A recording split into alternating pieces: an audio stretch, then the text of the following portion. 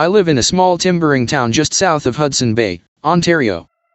A friend of mine, along with several other people, would talk about a creature that lived out in the forest and fields that was over 20 feet tall with long spindly legs, hairy, and had huge, bug eyes. Anyways, my friend began to obsess about the idea of this monster, calling it the Stilt Walker or the Stilt MotherF.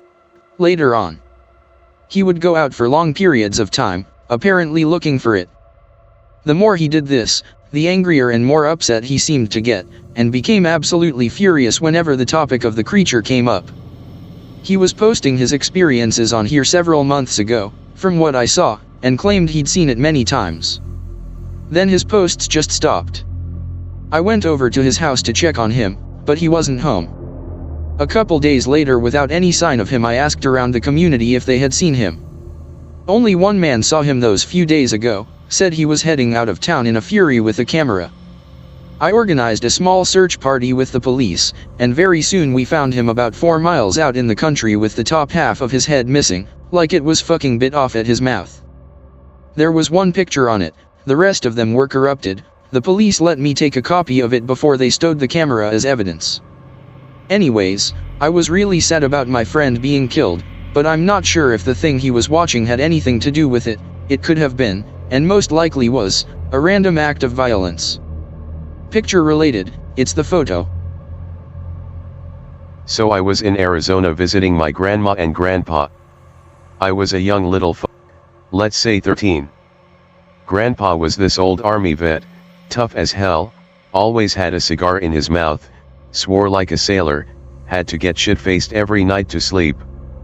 He was still cool as hell to me, always let me shoot guns with him in the desert. So one day of vacation, Mom and Dad get roped into looking at some houses with Grandma. They thought we were gonna move down there. Grandpa evacs me from that and we hop in his truck to head into the desert to go pow pow. Drive out miles on some random trail. Can't see the town we came from. Can't see but sand and cactuses. Perfect. Start setting up cans and random metal targets from Gramps' truck out a few yards away like usual. Get shit set up and meet Gramps back at the truck. This is how I know my grandpa wasn't screwing around for the rest of this. He kneels down next to me and puts his hand on my shoulder. Bonding time. MP4. Anon, you're a smart kid. Good shot too, so I want you to see this. Granddad takes a handgun from the back of his waistband and hands it to me. Old as hell, 1911, heavy as with scratches and marks all over it. Granddad tells me that was his service pistol and he wanted me to shoot it that night. Felt slick as hell, even better when Granddad took a holster from the back of the truck and helped me put it on my waist. Holster held the gun and 2 extra mags. Remember feeling like a cowboy, lol. Granddad gets a rifle from the truck and sets up on the back. About an hour or so into shooting, it starts to get dark. If you've ever been in the desert at just about sundown, the whole sky lights up with colors. Makes me think there's a god for a bit. Gramps thinks we should start heading out. We both walk over to start picking up targets and cans that are still intact. I walk out to the far targets like a cowboy, bow-legged, feeling cool, handgun in my right hand. Get a huge whiff of shit all of a sudden. Turn looking around for the source and peeking over a small dune, maybe 30 feet away was this overweight white guy in a very dirty white shirt. Thing had holes and was covered in dirt and muck. Looks like he hasn't seen civilization in months. Hair was all frazzled and he had the blankest look on his face. Guy starts walking up and over the mound towards me and I instantly halt tracks and start to backpedal. Gramps takes notice and yells at the guy to screw off, and that he has a gun. Guy doesn't even glance at him and just keeps walking at me. So fight or flight, right? Usually the brain picks one, mine tried to pick both. Feet tried to run, arms raised the handgun to fire. End up stumbling and shooting around off into the distance. Next few seconds felt like minutes. Big guy starts sprinting at me, yelling with this unholy gurgle.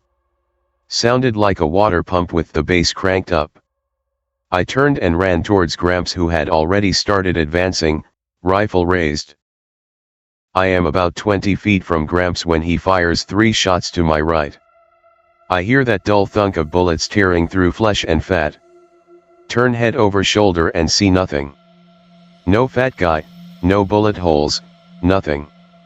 Turn back to Grandpa, who is about 10 feet away, and he looks as confused and scared as I feel. Keep running towards him when I hear a gurgle off to my right. A thin little fucker who could have been Lardo's brother comes over another small dune maybe 30 feet from my grandpa and I. Guy looks just as bad, his pants are torn and he has no shoes, feet must have been blistered to shit. Grandpa's doesn't even wait with this one and dumps 5 bullets into him. I was pretty close to him and didn't expect more shooting, so in panic I dropped his 1911 in the sand right by his feet as he's firing. I see all the bullets hit Skinny, center mass, and he falls back over the dune, and that telltale ping of the Garen telling us she's empty. Gramps looks down at his handgun, then grabs me, throwing me under his arm, and hauls ass to the truck. Didn't complain, was starting to cry at this time. Throws his rifle in the back and peels the heel out of the clearing. Had to drive around the dune where Skinny was. No body at the bottom, but there were marks in the dune to where a body could have slid down. I've never done 80 over sand in a truck again, but I bet if I wasn't shitting myself that Grandpa murdered 2 people I would have found it fun. After I've calmed down, we still have a good 30 minutes until we're back home. Grandpa's doesn't mention anything about what happens and drives right past home and goes to Walmart. Takes me to the video game section and buys me an Xbox 360 and Halo. Imagining ourselves at the checkout sounds fucking funny. I looked petrified and he had that 1,000-yard stare ever since we got in the truck. On the way back home, he tells me not to say anything to my parents and just go to bed. Find out he told them that I had almost had an accident by shooting myself, which wasn't a lie, and that it had really freaked me out, so he bought me a present. Find out he tells Dad that he lost his 1911 last year in the move. I left vacation never able to talk to him about it. He died about 2 years later, went peacefully in his sleep. After I got older and started diving into /x/ I realized what happened that night. That or Grandpa had magic bullets that make bodies disappear. I'm from New Zealand. It's beautiful here, more so than any of the tourist advertising and movies ever show. We've got a lot of unexplored land here even now. Huge parts of the North and South Islands. I was tramping in Marlborough Sounds around the top of the South Island. We had been dropped by a boat and were planning to walk for 7 days, then radio the boat for a pickup. It got to day 3, we were still tracking near the coast. My friend had just crossed a stream and I was about to when I heard some rustling in the bushes about 30 meters to the north of us. I pulled my knife out in case it was a pig. Anybody who has been hunting in the area will know the pigs there can get big and vicious. I figured I could get a view by stand on top of a boulder on the side of the stream, so stepped up carefully. It was slippery. I heard more rustling near where the first lot was, and saw a bloody big dark green reptile with brown and dark tank marks and stripes all over it. The thing didn't look like a croc or alligator, its head was quite small, and if you took away the arms and legs it'd look a bit like a snake which just swallowed a pig or sheep. It would have been just over 6 feet long. The lizard thing and I just sort of looked at each other for a few seconds, then it turned and walked off into the bush where I couldn't see it anymore. My friend turned round and saw it just as it was turning away. We both just looked at each other and walked to the shore as quickly as we could, and radioed the boat early. We were both pretty shaken up by this. In New Zealand the biggest lizard gets to about 2 feet, but most are only a couple of inches, and we have no creepy crawl eyes. Nothing here can really kill you unless you get really stupid, like swimming with sharks stupid. We stuck around Picton for about a week afterwards. We told a few people about it, but most just laughed and figured we'd been smoking weed and hallucinated. Except for this one really old Maori, Polynesian natives of New Zealand, guy. As soon as we mentioned what we saw he told us it was Donga, and never to talk about it to anybody ever again as long as we lived. My grandpa actually told me a story this past week. Maybe I should share it here. I'm from Texas, but he had an experience in that general area. If you want, I'll share it, but it's a little long. I'd like to hear it. Yeah, go ahead. Got another one for your bingo board. Why say that and then not post it? Whoa. I didn't expect such a fast response. I was eating. I'll warn you, there's not much of an ending, and my grandpa doesn't really have any idea what happened. Anyway, he's from the Appalachian region originally, which is where it happened. I'm going to just try and tell it like he told it to me. Grandpa and his family grew up dirt poor. In fact, everyone in his hometown was, but Grandpa was a little better off than most. He was lucky enough to own a horse. His name was Red, and Grandpa used to take him over to a neighboring town where he occasionally worked odd jobs. The general area was pretty mountainous, but the road to the next town actually cut through a long patch of flat land, so it was easy riding. Anyway, Grandpa was taking this long, lonesome road one day. It was the middle of summer and the sun was bearing down on him, when suddenly he saw something up ahead. It was an old barn in one of the fields. Grandpa had never seen it before. At first he thought someone must have finally bought the property and built a barn on it. But as he got closer, he realized that it looked very old and run down, like it had been there for years just rotting away. This made no sense.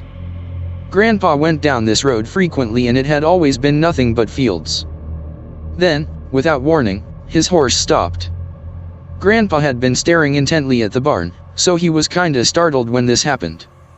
He gave the ropes a shake and tried to get him moving again. Red wouldn't budge. Grandpa hopped off and began to talk to his horse. He did that a lot, asking him what was wrong and telling him he had to get to the next town, etc. As he was doing this, Grandpa heard a noise coming from the old bar. It was quiet at first, but it sounded like a human voice. Grandpa looked at the barn, straining his ears to listen, but by then Red had started to snort the way horses sometimes do when they're agitated. Grandpa couldn't hear anything over it, so he began to walk towards the barn. As he got closer, he could tell that it was definitely somebody crying, and that it was a child's voice. He began to hurry forward because at first he thought someone was hurt, but at the last second he stopped himself, just a few feet from the entrance. He could hear the crying, plain as day, but he couldn't bring himself to go in for some reason. He felt a sense of danger that he couldn't explain rationally. When Grandpa had been younger, he had been messing around in the forest one day, when he suddenly felt the urge to go home. He raced back through the trees, thinking the whole way, "There's trouble at home," although he didn't know why he felt this way. It's not important for this story what happened in that situation, but Grandpa told me that as he approached the barn he felt that same type of feeling that he had felt in the forest. It was a very eerie, almost sixth sense that told him, "Don't move." Anyway, he stopped dead in his tracks, feeling afraid, but not sure why. He began to wonder why Red had acted so strange as they approached the barn. The whole time, there were these loud wails coming from the barn. And then, just like that, the crying stopped. It went from a full-blown howl to complete silence. The only thing Grandpa could hear was Red getting more and more agitated behind him. But Grandpa kept real still. He said he felt like someone was watching him, and he felt frozen with fear. I'm just telling it how it was told to me. Grandpa was now wide awake and scared, but he said that the fear subsided all of a sudden and he began to think about how thirsty he was from the long day at work. All he could think about was how bad he wanted a drink of water. Off in the distance, in the field to his right, he could see a little stream shimmering in the moonlight. Without thinking, he walked off the road and began to head towards it. The part of the road he was on at this point was right before it entered a small forest, so Grandpa was moving towards the stream parallel with the tree line. As he got closer to the water, he heard movement in the darkness of the trees. Grandpa said the sound woke him up like from out of a deep sleep. He instantly felt really groggy, and wondered where the hell he was. He slowly began to realize that he was standing in the field. He felt as though he'd been led there somehow. He also realized that something big was in those trees, and it was coming right at him. He was about to run when he realized what the sound was. It was Red. The poor thing rushed out of the darkness. He looked scared out of his wits, and that's when the fear came back all at once. Grandpa suddenly felt like he was in real mortal danger. Red was snorting and shaking like crazy. Grandpa quickly hopped on Red's back and they hightailed it back to the road. Sounds familiar. More info? The only problem was that the road traveled through the trees, and it was very dark. Grandpa was worried about what Red might do. Would he freeze again? Would he buck him off? He just held tight to the rope as Red barreled down the road headed for home. At first, Grandpa could hear the footsteps behind them still, only now they were very loud. It was like someone was literally stomping with every step. But as they kept going, the footsteps died down, and they made it home without any more problems. Back at the house, everyone had stayed up waiting on my grandpa, and when he showed up, they could tell right away that something had happened. That side of my family is very close. Everyone tells each other everything, no matter how strange or personal. So everyone believed my grandpa's story without question, but none of them knew what to make of it. Fast forward about a month, and Grandpa heard about a guy who went missing in the area. He was kind of a vagrant, but well liked by most people. Just before he went missing, someone had made him a hat, kinda like a homemade cap. Now, my grandpa can't really verify this next part because he didn't see it firsthand, but he said it was told to him by someone he knew well. This friend of my grandpa's was taking the road to the next town when he saw the vagrant's hat lying off the side of the road, near where my grandpa saw the old barn. When he went to go pick up the hat, he noticed footprints. It had rained steadily for a few days and the vagrant had left clear footprints in the dirt. But they just traveled off for a few feet and then stopped, like the guy had been plucked right up out of the ground. Okay, get ready for some true shit that few will believe. About a week after my 18th birthday, my mom's boyfriend decided to take me and my brother hunting as a present. Me for my birthday and my brother for finishing about with chemo. Surely Zeus himself would cry at the thought of. Anyways, we get up to the land in northern Wisconsin. There is an abandoned ranch on the property along with a hunting cabin my mom's boyfriend, we will call him Jay, my bro's, built. Now with reflection it is more appropriate to call a shanty, but I digress, and it served its purpose. We all have a few beers now because I'm a man now and we are hunting. J and S both went to bed early, but being the /K/Amando that I am, I stayed up later and drank Dom Palinka, Hungarian schnapps for those who don't know, and went to bed around 1. The next morning I get up, pack up a sea bag full of gear and extra ammo, throw my rifle over my shoulder, RAM 700.3006 with magazine conversion, and attempted to head out to my spot. I had studied the satellite of the area along with some hand-drawn maps from the ranch house. Anyways, as I'm wandering looking for my position, I stumbled across an old shack in the middle of the woods. Like shit, you, not nothing around, no trails or anything, just this shack and where I had been walking in the snow. I pass it off as some outpost for the rancher who kept food in it or some shit.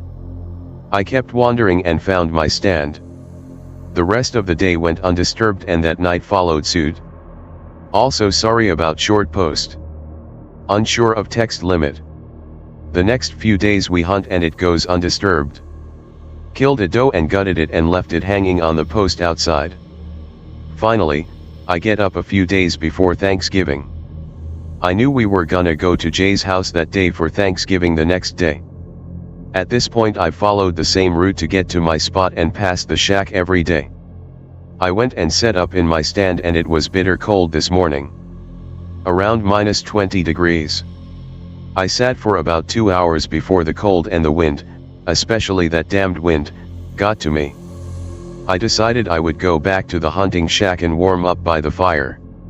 As I made my way back I started to wonder about the abandoned shack and what it might hold. Honestly, I was hoping for an old gun, being that the ranch house had a few. By the way the ranch house looked like whoever lived there just kind of vanished. I made my way back and got to the abandoned shack. Curiosity got the best of me and I decided I would go in, but as I did I felt this weird feeling, hard to describe but a mix between pure hatred for everything, sadness, fear, hopelessness, and emptiness all mixed into one big pile of fuck you. It was unnaturally dark in the damned shack, but being that I am a huge Metro 2033 fan I bought a headlamp and flicked it on. When I looked down I saw burn marks and something that looked like dried blood. At this point I was trying to rationalize it as deer blood, and it was just an old poacher's shack. I looked at the walls and saw pretty much nothing. Then I heard a crunch in the snow. Not a human crunch, but lighter, not like a deer either. At this point I should mention it's pretty common to get snow mid-November in Minnesota and Wisconsin. Thinking it might be a deer, I cracked the shack door and looked out. Suddenly a turkey flew away and I just about shit my pants. I got pissed at the turkey and myself for being a pussy and went back to look for any secret holes in the floor or walls that they may have hid stuff. I didn't find any, so I decided to leave. And right as I did I heard the crunching in the snow again. Thinking I've had it with these motherfucking turkeys on this motherfucking plane, I got my gun up, flicked off the safety and stepped out. What stood in front of me is hard to describe at best. It was about 6 feet tall and looked like hell itself. It stood on 2 legs, but where arms should be there were just these weird claw-like appendages attached to what could be described as broken, mangled arms, like each one had 20 joints in it. Its head was another story altogether. It had this mix between a wolf and a deer for a head. Brown fur and antlers like a deer, but a short snout with fangs for a mouth. It just stood there and kind of grinned at me. I froze for a second before remembering I'm a goddamned American and I'm packing 220 grain soft point rounds in my dirty 30. I wiped that thing up as fast as I could and fired with the power of the Hells Angels and Los Banditos. I heard a thwack and the beast stumbled back. I worked that bolt like a stripper to a pole at a bachelor's. But before I could get on target, the thing took a swipe at me and knocked me a good 5 feet to my right and on the ground. I landed on my C-pack hard and felt a pain go through my back. The thing kind of sneered at me and turned to me. There was no hole that I could see, but there was blood dripping off the thing. As it stepped toward me, I unholstered my 1911. It had been a gift from my grandpa that he carried with him when he was in Hungary. I tried to center it on that thing, but my arms felt heavy as fuck and I couldn't really move that well. Suddenly the damn beast stopped moving at me and looked over me. It just kind of stood there and stared with its ears perked for what seemed like hours but was probably 30 seconds. Then I noticed it too. It was the sound of an old truck driving down the highway. I thought to myself how sad it is that I was gonna die right here a couple 100 feet from help. Then I heard a noise behind me, so I turned back, but it was just bright white. When I turned back to the beast, it looked at me, took a step at me, and remembering the good old 1911 I took a shot at the motherfucker. It then just kind of suddenly turned around and ran, or hobbled if you would, away. I just kind of sat there and passed out. When I woke up it was 1830 about and past dark. I got up and felt pain all over. I got up, grabbed my rifle and hobbled back to the shack. When I got there, J and S were both just looking at me. After about 30 seconds they asked where the hell I been and why I didn't answer my phone. I just looked at them and told them we needed to leave now and never come back. They looked at me confused and said they already had the truck packed and were just waiting for me to get back, and that we were going to Jay's hours for Thanksgiving that night anyways. After that I never went back, but I ended up going to the hospital for my wounds. Broke 3 ribs and had a concussion. Tried digging into what I saw but never found an answer. I was always confused when it ran and what was behind me. I figured the glare off the snow impeded my vision and someone else spooked it off. Just a little more. I still had some questions like why, if it was a person, did they not help me? Then one day about a month ago I realized something. There wasn't a highway for miles. The only road to the shack and abandoned ranch was a gravel road put there by the old ranch owner. I also realized what day it was when it happened. November 21st, the day my dad died 11 years ago. Now I don't know what scared that thing off, but I do know that it was my dad's death date. He used to drive an old F-150 with a broken muffler. My dad was an outdoorsman and actually went out to his favorite spot in the woods behind his house right after took all the pills and just sat there and died, and whatever it was scarred enough to leave fresh meat alone. I know what I think happened, but it's probably a fool's dream in hellish world. So my cousin's learned his lesson about never fucking driving loads without a gun. And he ends up needing that gun. In another story I could tell, it's not really paranormal per se, but if people are into hearing it, I'll write it up. He's also learned, like a lot of drivers do, that the real money is out west, driving long-ass hauls to various podunk old mining towns still trying to stay alive in the mountains and/or the desert. That's big, open, unforgiving country, and there aren't many people willing to, and/or capable of, driving across it for 12 hours trying to beat a deadline. There are even fewer drivers you can count on to do it consistently, since just about all the ones willing to do it in the first place are souped up on meth, coke, or whatever the fuck else will keep them up long enough to see a delivery through to completion. My cousin, as we've established, is clean, and has been for a long fucking time. He's a hard worker, he's desperate for cash, and he's got a good van. He doesn't make excuses, and he doesn't get pulled over driving loads of shit he hasn't weighed. All this means that my cousin is a very in-demand man. And, what's more, it means that he ends up doing a lot of high-leverage jobs that need to be done quickly and correctly, and as such, jobs that pay very, very well. Our second story begins with my uncle being asked to do just such a job. A good, trustworthy dispatcher has a client who needs a shitload of parts delivered to his business in Flagstaff for an order that needs to be assembled and sent off ASAP. They need the parts by tomorrow. Problem is, my uncle is in Denver, and that's an 11-hour drive through hard mountains and desert. Making matters worse, the load is technically too heavy for his van. The client is desperate, however, and the dispatcher is willing to pay a ludicrous amount of money to get these things there on time. I'm talking $3,000 for 11 hours of work, with gas paid for. So fine. My cousin, sorry, called him uncle in the last post. I've always called him Uncle Bill, since he's so much older than me. I assure you that he is in fact my cousin, and not my uncle. Hooks up with the dispatcher and they load the van as full as it's ever been. If a cop pulls him over, my cousin is fucked. He sets out plenty early, after a full night's rest, unlike the North Carolina incident. Most of the drive is uneventful, though a cop does pull alongside my cousin in Utah and eye him suspiciously before peeling off to pull over a speeder. My cousin heads south through Navajo Nation just as the sun begins to set. This is his first time in the nation, and he's going in with the darkness. Yes, you do know where this is going. It's creepy out there, in the middle of nowhere, my cousin says. He happens to get just the most beautiful night, stars as far as the eye can see, and he feels like his van could just lift right off that old-ass highway and float off through them. He's passing the time pleasantly enough, thinking back to time spent on the reservation back in the Midwest, we're part Ojibwe, when something catches the corner of his eye. Black blurs flitting along the very edge of his brights, off to the left and way far ahead.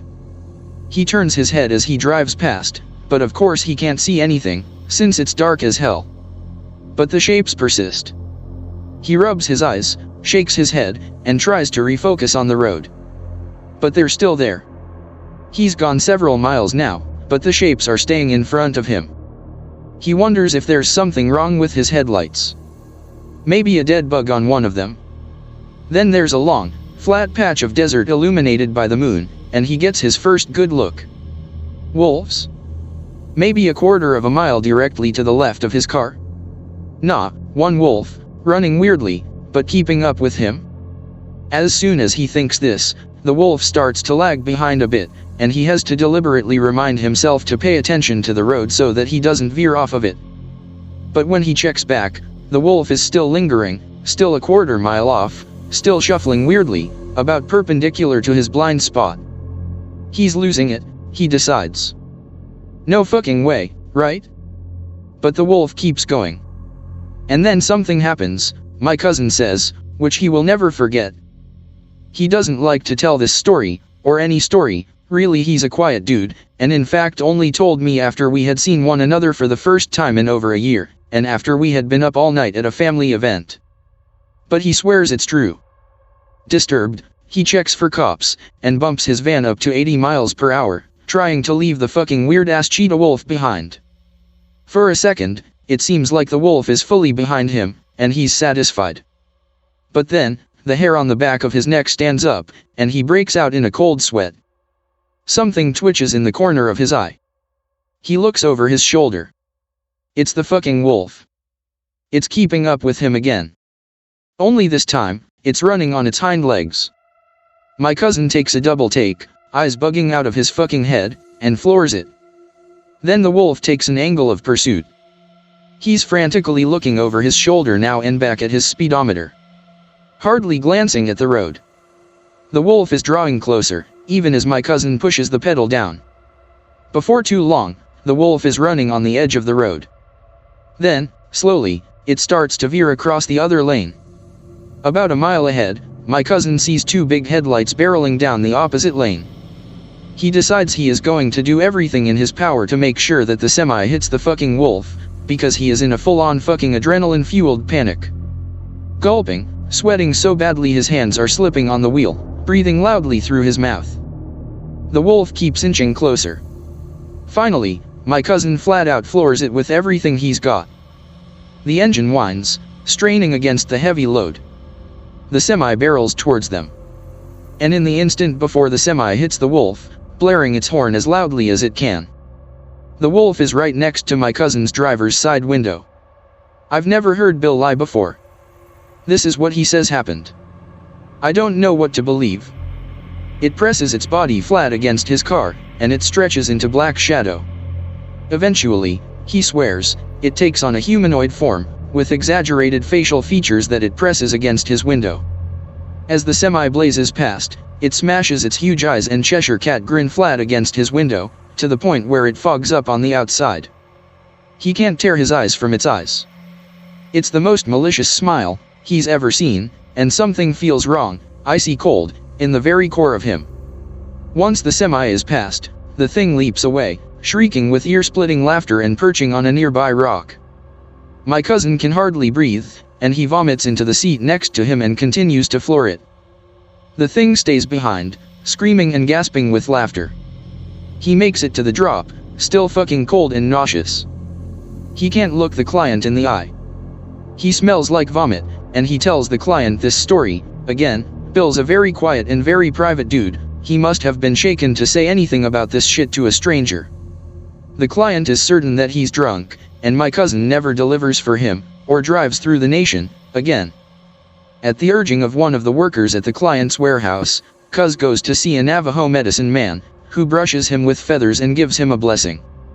My cousin pukes again and feels right as rain. And that's the story of the time my cousin met a skinwalker. Surprised there aren't more stories about cornfields. There was this one. Gillespie cornfield outside of Perry.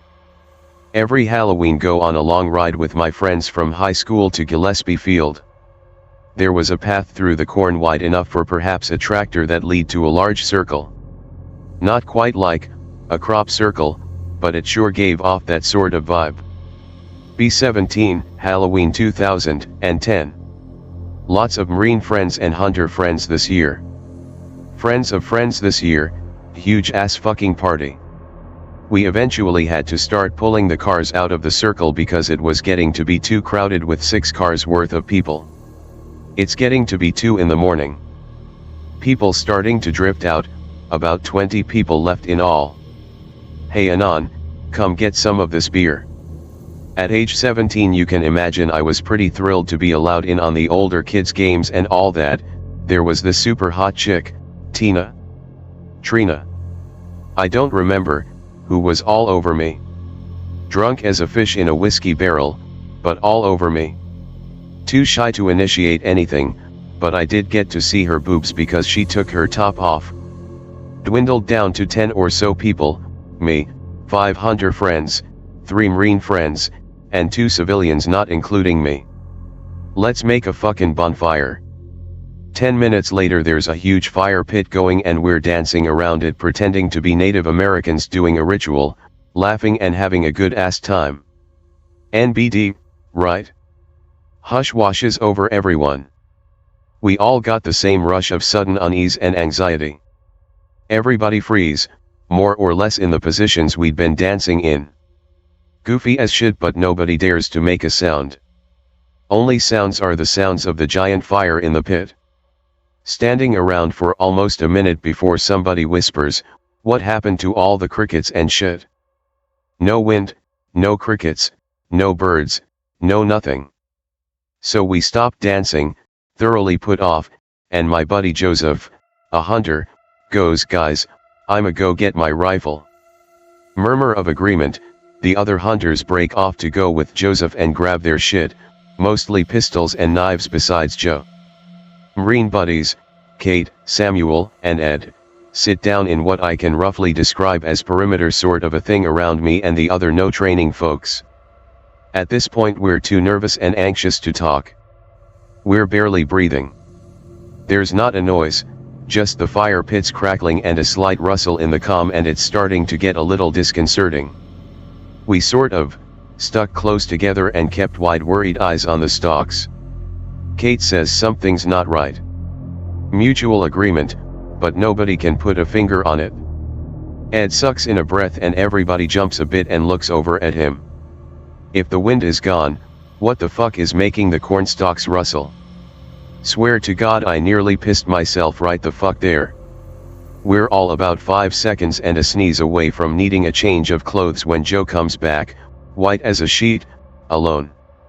Joe's pulling the bolt back on his rifle and sprinting back to the campfire circle. Tosses his pistol to Ed. "Joe, what the fuck happened? You look like you saw Sam's mom." Joe sort of glares at Ed and then hisses, "Don't you fucking joke right now, there's something in the comm." "You what, mate?" "There's something in the corn, I'm not fucking around." Now see, around there we're used to big dogs, large crows, even the occasional oversized cat, so everybody sort of gave Joe this slanty-eyed "the fuck are you saying" sort of look, like he's trying to freak everybody out more. We keep trying to get him to tell us where the others are, what happened to the other 4 he went off with. Says they stayed at the cars to protect them. Rustling in the corn, Joe immediately wheels and takes a shot. Right next to my fucking ear, "Joe, you cocksucker." Immediately feelings of fear and anxiety intensify. Some sort of low whimpering noise is coming out of the comm now. Joe is gibbering like a fucking drunk, muttering incoherently. I'm about to take the rifle from him when I notice that he's got some sort of black slime smeared on his pant leg. Then I nearly shit myself again. Because what crawled out of the corn was not a dog, not in the strictest sense I guess. It was shambling sort of awkwardly, with what looked like a broken leg, maybe a dislocated shoulder. It looked like it had, at some point in time, been some sort of hound dog, a black or dark brown bloodhound. There was chicken wire wound around its neck like a noose and it was coated in flies. There was black sludge dripping from its jowls and oozing out of a bullet hole near its right eye, which was itself drooling that same black crap like tears. Joe lost his fucking mind at this point, Sam and I had to wrestle the rifle away from him. No more Greentext, it's hard for me to keep up. This shit still gives me the shakes. It kept shambling out of the corn towards us, wheezing and spitting that black shit onto the ground, the flies numerous enough that I could almost hear them buzzing from across the clearing. Joe is fucking losing his mind, collapsed on the ground and was trying to go fetal as me and my marine friends try to haul him away. The dog just kept walking, and as it kept coming it dragged something else out of the corn behind it, attached to the chicken wire wound around its neck. It took a second for me to piece it together in the light of the fire, but attached to the end of this morbid fucking umbilical cord was a beating heart. Like a bear-sized, still bleeding, leaking heart, thumping away and leaking that black sludge shit. The flies were having a field day with it. The dog had no eyes for us. It was staring directly at the fire, like it was memorized or something. It dragged itself off kilter towards the fire, wheezing and spitting and sobbing, the heart beating excitedly on the chicken wire behind it. Its back legs were mangled and it sort of dragged itself along on its front legs and one back leg. The fucking weird thing is, as it got closer to us, I swear to God I thought I could hear some sort of words every time the dog wheezed and whimpered and cried. I didn't stick around to listen. Nobody else did, either. We grabbed Joe and fucking beat feet back to where the path to the cars was, making a wide berth around the dog and its cargo. Before I left, I had to watch. I'm pretty sure the others had the same feeling because they weren't very far ahead of me when the show was over. I stopped and watched as it dragged itself, heaving and coughing, closer to the fire. The flies didn't even veer away when it stuck its head in the fire. It burned like someone had tossed a tire in there. It stunk something fucking fierce. I just had to watch, because the dog didn't stop moving when it had been engulfed by the pit. The chicken wire kept moving, dragging the heart into the flames after the dog until they were both gone, and the only way anybody could have known it was there was the trail of black sludge on the ground and the smell of burning rubber. We were halfway home when I finally looked over at Joe. There was something that had been bothering me since the thing had gotten close enough to us for me to really hear it. I asked Joe what it had said to him, because I was almost positive that was why he'd been so fucking freaked out. It'd been next to him in the corn and he'd heard it speaking to him.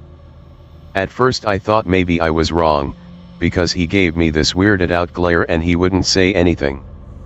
Then he took a deep breath, and he leaned over to me, and he whispered the sentence in my ear. "Come with me. I'll bring you home." And for a second I felt very cold. Because that was what I had heard, too. What I think I saw that night was Beelzebub. I'm not a noob, so I know that Beelzebub is not the devil, not in the actual rhetoric. He's the Lord of the Flies. I don't know why he appeared to us that night, what he wanted, or what brought him there. I don't even know if what we saw really was a demon. Maybe it was just something in the calm. There's lots of stuff in the corn nobody really wants to talk about. At any rate, I moved out of Laua, so I don't have to worry about the calm or what I saw. I should probably try to reconnect with my friends, but I'm afraid. I'm afraid that I'll find out that Joe died in a fire, or slit his own wrists. Sometimes I have nightmares about it. And I think maybe Joe does too, which is why I'm afraid that I'll find he lit himself on fire. I keep a matchbook under my pillow because sometimes I kind of want to do it, just to see what it'd be like. Here's some crappy HFY right faggotry I did today.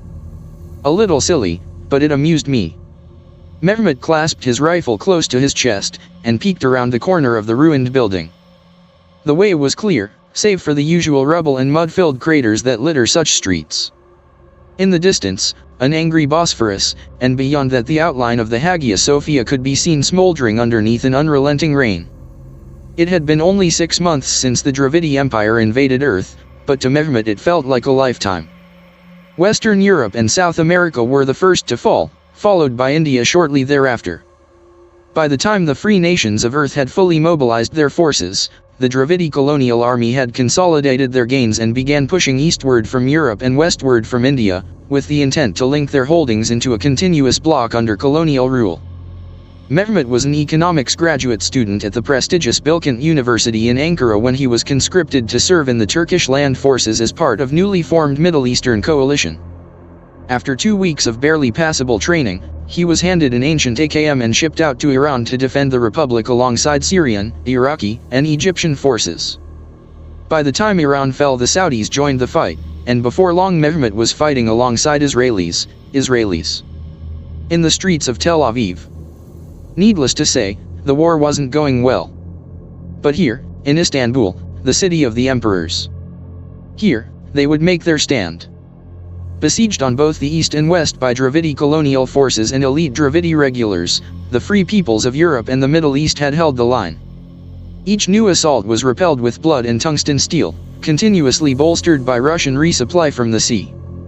Even now, with the enemy at the gates of the old city, morale was high, for mankind had now knew from experience that given sufficient projectile velocity and hardness, even Dravidi armor could be defeated.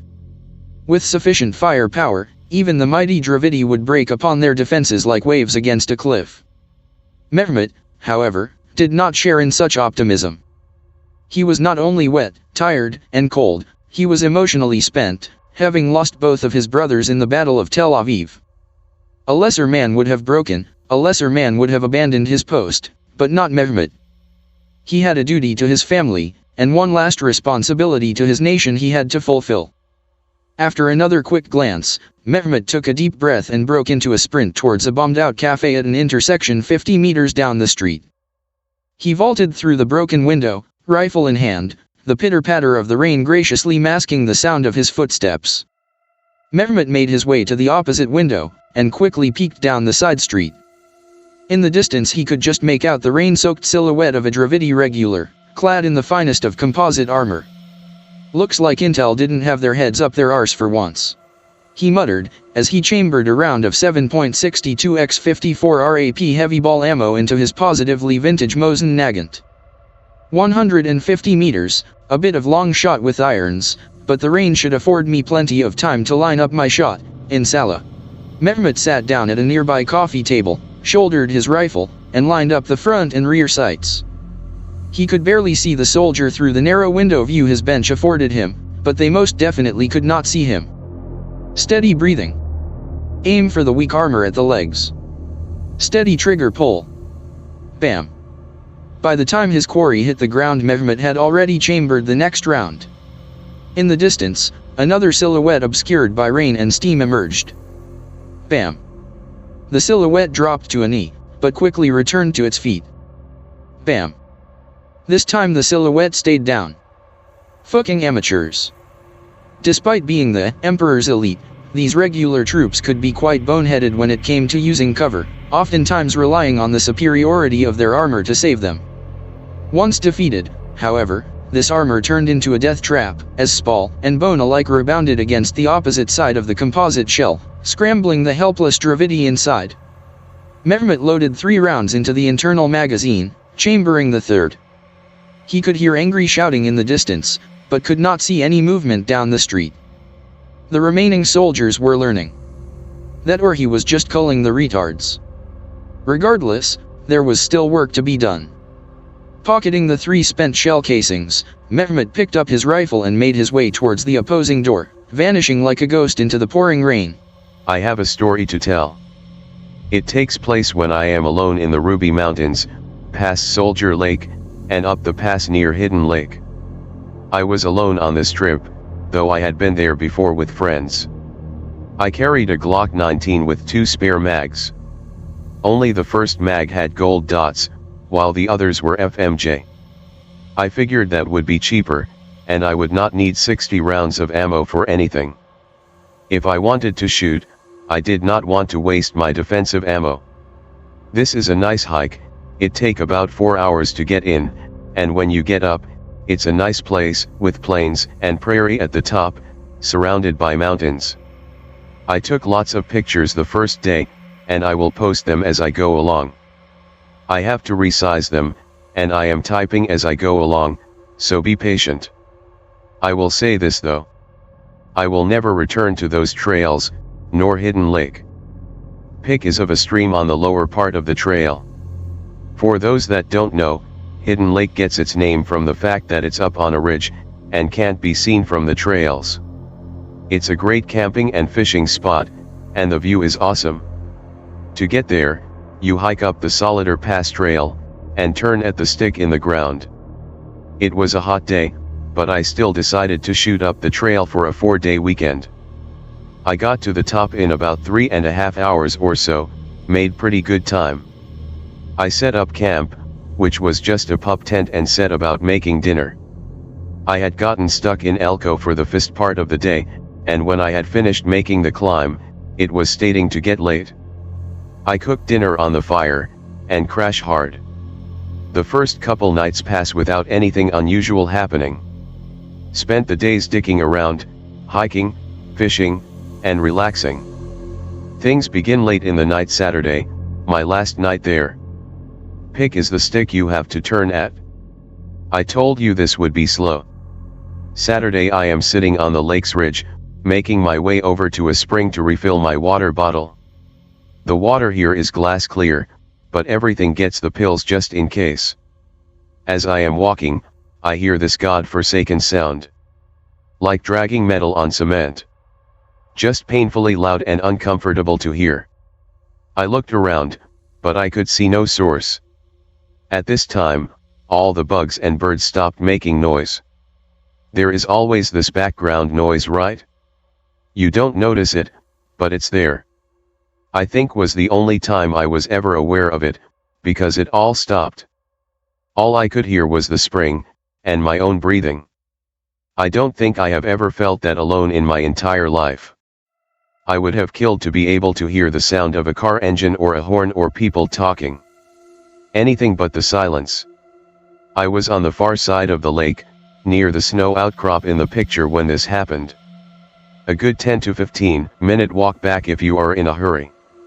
I filled my water bottle up, and headed back. The sounds of the animals returned, but I was still nervous. When I got back, my campsite was destroyed, including my bag. Everything was scattered everywhere, and it felt like a bomb had gone off. Everything was broken or rendered useless. Even silverware was bent and twisted. The fire, which less than an hour before was burning brightly, was as dead AF if someone had dumped a bucket of water on it. Picture is of the lake. I stopped being nervous and started being pissed. I figured some kids had done it. I had not seen a soul since I made the climb, but that did not mean much. I started gathering my broken belongings. I had seen a nice fairy hole, a natural hole in rock along one of the ridges, and decided I would relocate my camp there. I got the fire burning again, and stuff that was unrepairable or useless I burned to save weight. As I went around cleaning up, I got this feeling. I am not quite sure how to describe it. Like you walked into someone's house without them being home, and they did not know you were there. Like you should not be there, but that is inadequate wording. I was getting nervous, and hurried up to the ridge. That's when I saw it first, a dark mass moving alongside the edge of the lake. Too far away to make out any details, but as I watched, I saw that it was following the same path that I had taken. It was thin though. Long and thin and dark. Now, I took the simplest path, so made it was just following that. But I feel that it was tracking me. Why would it need to go to a spring to drink, rather than a lake? I was starting to get a little unhinged when I saw it. I have been hunted by a mountain lion before, and the feeling I had then was just that, hunted. I was being stalked, but in a way, we were equals. Both cats and I are apex predators, and the tides could easily turn. When I saw this, any thought of killing it left my mind. I just wanted to run and hide. Run as fast and as hard as I could. I was prey. I could do nothing to this thing. The way it moved was so certain, so clean, that I knew I could not kill it. My gun that on the way up had made me feel so big felt like a toy. It moved between moving on 4 feet and 2. I hurried up the slope, and threw my stuff in the hole. I used rocks and the broken tent stakes and poles to barricade one end of it. The side ended in a drop-off, and I pulled rocks and other debris to the other side. I curled up in a ball and lodged myself in the hole, clutching my pistol in one hand and a pocket knife in the other. I could hear rocks shifting outside, further down the slope. I heard something get up the slope, and start squeaking around. It was the squeak mixed with a hiss. Though the few holes I had left, I could see flashes of dark matted fur. It had small dark eyes. Thin long snout, almost badger-like. Tapered. I could not breathe. I could hear claws clicking on the rocks not 10 feet away. It searched around outside for about half hour, and then left. The rest of the night I could hear rocks shifting as something moved around on them. I think it knew I was there, but did not see me as a threat of any kind. I never slept that night. In the morning I left, and have not been back since. Sorry, no epic combat ending, just me hiding. I don't like those mountains anymore. I don't know what lurks up there, in those thin passes. Maybe it was just a critter of some sort, and my imagination ran with it. I don't know. It sounds cliché, but going though these pictures made me kinda nervous by themselves. I don't like to tell this story, and it's the first time I told it to /k/. The feeling I had is what still shakes me up. I was prey. Nothing more, nothing less. Has anyone else heard of something strange in the Rubies? Be like maybe 13 or 14. Just moved from a densely populated city to 60-acre farm in the middle of nowhere because parents wanted to for some stupid reason, so fuck it. Having a housewarming party with group of friends from the city one afternoon. Walking around the property behind the house to explore and goof off. Start walking farther than I had tried to previous to that point with friends, had only been living there maybe a few days. Get to a clearing just past the bow of a hill and right outside where the woods started. Friends are running around and chasing each other with sticks or whatever stupid middle schooler shit. Call everyone together to prepare a trek into the woods, eager to see what interesting things might be around. I've always liked hiking despite having been a city slicker. Wait for the group to be collected before turning around to face the woods again, which at this point had been behind me while I waited for everyone to be ready. Walk a few yards towards the woods with my friends following behind me before noticing something that looks like an errant tree branch on the ground in front of us. Get closer and take notice of what it actually is. Entire back leg of what I'm guessing was a deer lying in the middle of this clearing.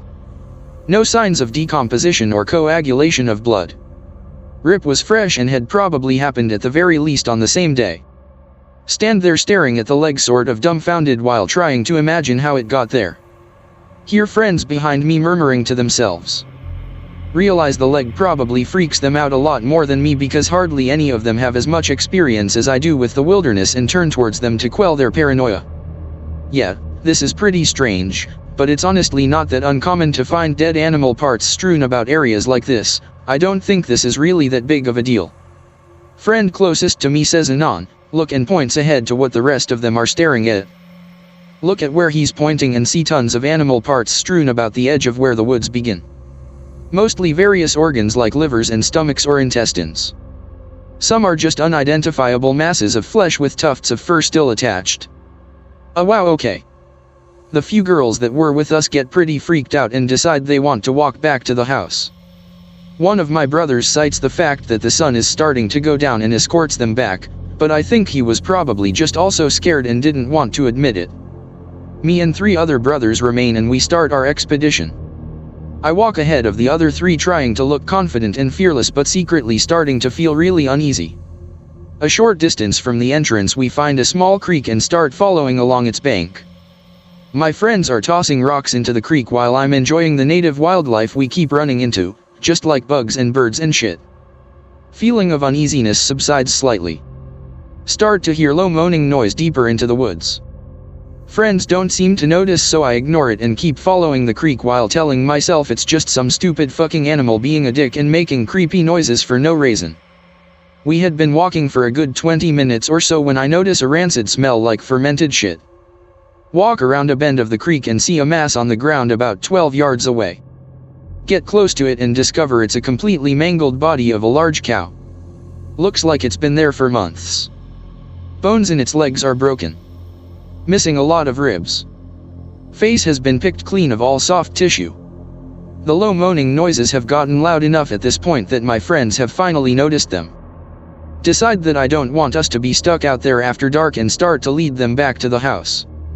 We get back and fuck around playing PlayStation or whatever for the rest of the night. None of my friends come back to the farm after that. Fast forward to about a week later. Various animal parts near the entrance of the woods were gone the next day, and I'd been spending the last few days trying to relocate the corpse we ran into next to the creek with no luck. Walk around in the fields by myself, still trying to familiarize myself with the area. Not so much scared by the situation from last week, but more just confused. Nightfall finally comes and I start heading back towards the house. Walking around in the dark without a torch to the light of a full moon because I was a weird kid that liked doing that sort of shit. Make it to a field that had formerly been used as a plot for crops, can't remember what kind, by the previous farm's owners. Walk down it for a minute while peering through the darkness and letting my eyes adjust to the moonlight. Stop when I hear some scuffling noises not far ahead of me. Think for a second that my dog had gotten out and curse under my breath. Wait for a minute in silence, expecting him to run up to me while wagging his tail and smiling like a dumb fuck. Notice something moving across the field not more than 30 yards away. Not my fucking dog. Very clearly see some fucking really weird looking thing with pointed ears and an elongated snout crossing my path on all fours while moving in a way that reminded me of a deer trying to learn how to walk immediately after having been born. Only it doesn't look like a deer, more like a cobbled together toy of one. And it's fucking enormous. It doesn't seem to notice me as I watch it slowly meander away. I wait for it to be out of sight and silently sprint back to my house. Walk in and see my dog quietly lying in his bed. Don't mention it to my parents and just go to my room. Fast forward another couple of days. I've completely stopped exploring the property at this point and taken to spending all of my time in the house. Sitting in the dining room downstairs playing video games at around bish at night. Mom pokes her head in and asks me to drag the garbage out to the curb. Fuck me. Put on my shoes and go outside. The curb is a fair distance away from the house and I don't want to spend more time outside after dark than I need to, so I end up basically jogging to the curb while dragging this garbage can behind me on a gravel road, making a shit ton of noise and running back to my house as quickly as possible. Accomplish my chore without incident and continue playing video games. Get done playing games and retreat to my room for sleep. Have trouble dozing off and decide to light a candle and read a book. Bed is on the ground. Hadn't bothered to set up the frame yet, pushed up against the walls that are closest to the outside on the opposite end of the house where my parents are asleep. Probably around 2 or 3 in the morning. Hear a light tapping at the window to the right and past the foot of my bed. Assume it's a tree branch or something and ignore it. Hear it again. Goddamn, this is a good book. Hear loud bang on the window that sounds like someone slapping it with an open palm.